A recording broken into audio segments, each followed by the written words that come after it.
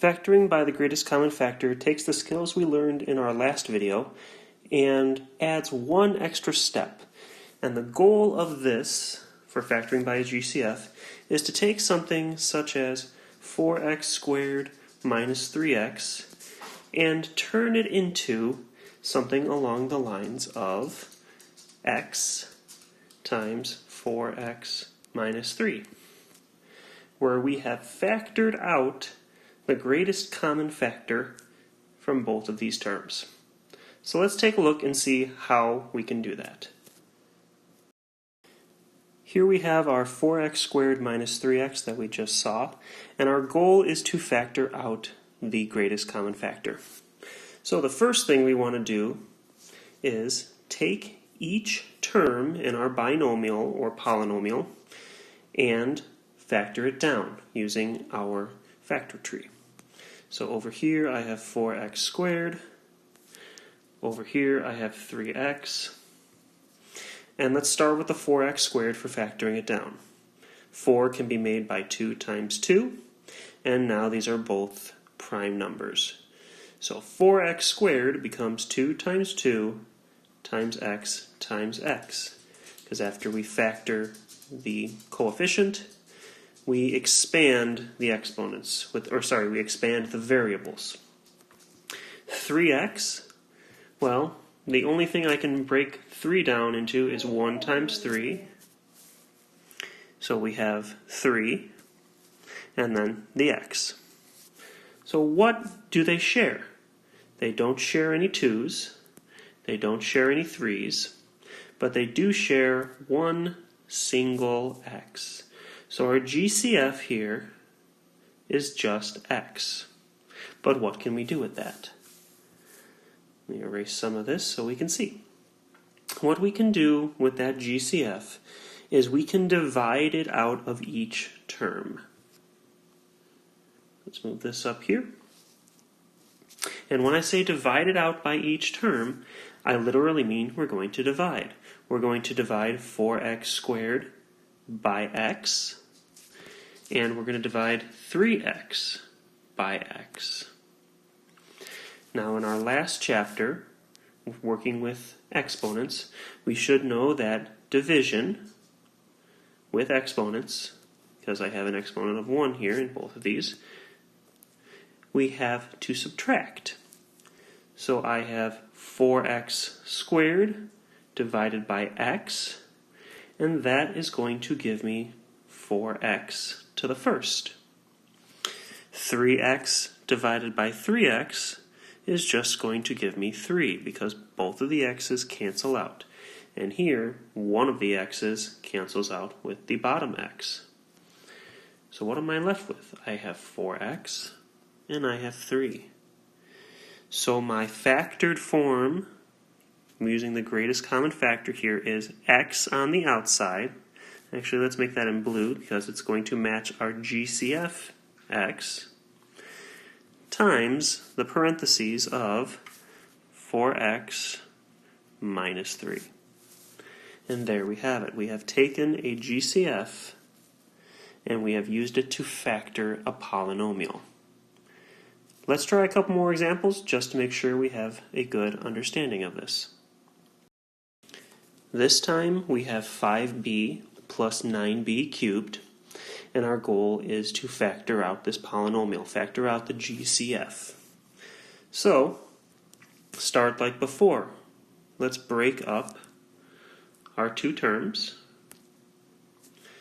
5 is already prime, so it's just 1 times 5, and we have 1b with it. 9 is not prime, so I can break 9 into 3 times 3, and then 3 is prime, so I have 3 times 3, and then times b 3 times, because we have b cubed. So, look at your coefficients. I have a 5 here, and I have no 5s over there. And I have 3's here, but no 3's on the other term. And lastly, I have a b that can partner up with a b. So my GCF is just b. Now we want to take that GCF and use it to divide away from our original polynomial. So we're going to take our polynomial of 5b and 9b cubed, still broken apart, and we're going to divide b, let's use it in green, we're going to divide 1b away from them. 5b divided by b gets rid of the b's. Then I have b cubed divided by b. Remember, this is b to the first. So 3 minus 1 is 2. So I have 9b squared.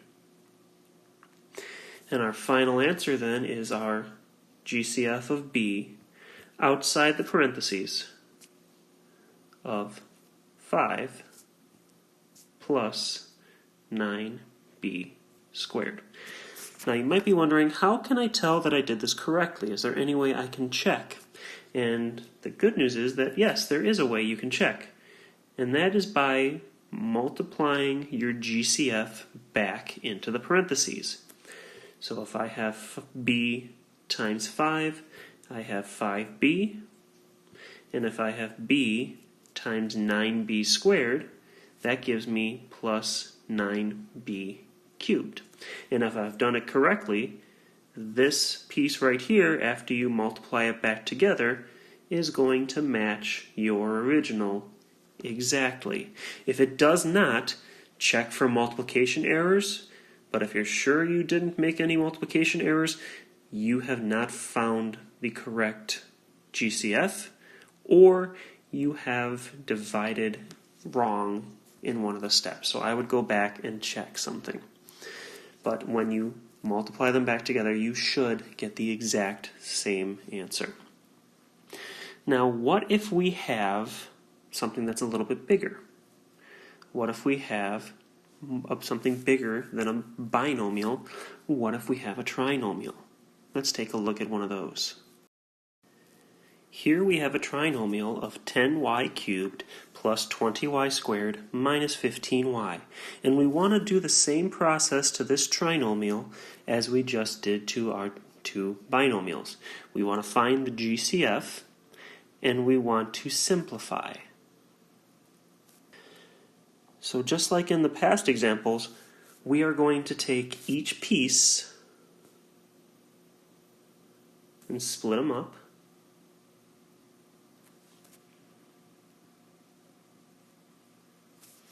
To find the prime factorization of each piece. Not just 2 this time, but 3.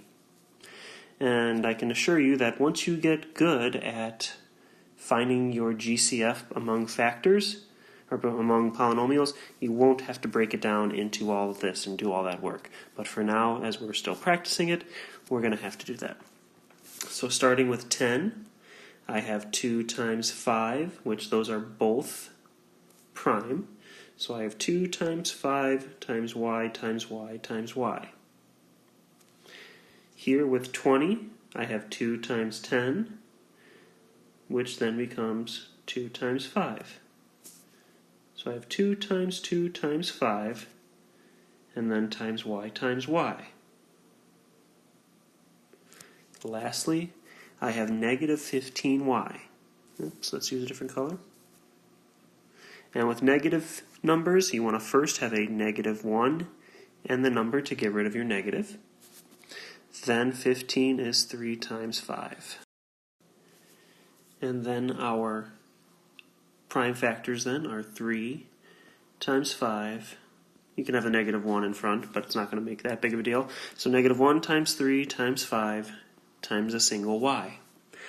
So now we need to compare all of our prime factors for all 3 pieces. And they need to be shared among all of them. So I have a 2,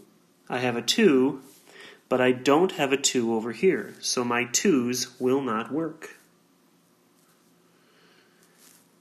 I have a 5, I have a 5, and I have a 5. So my 5s actually will be part of our GCF because each term has a 5. Now the only other whole numbers is a -1 and a 3, and that is not a part of any of the others. So those are gone.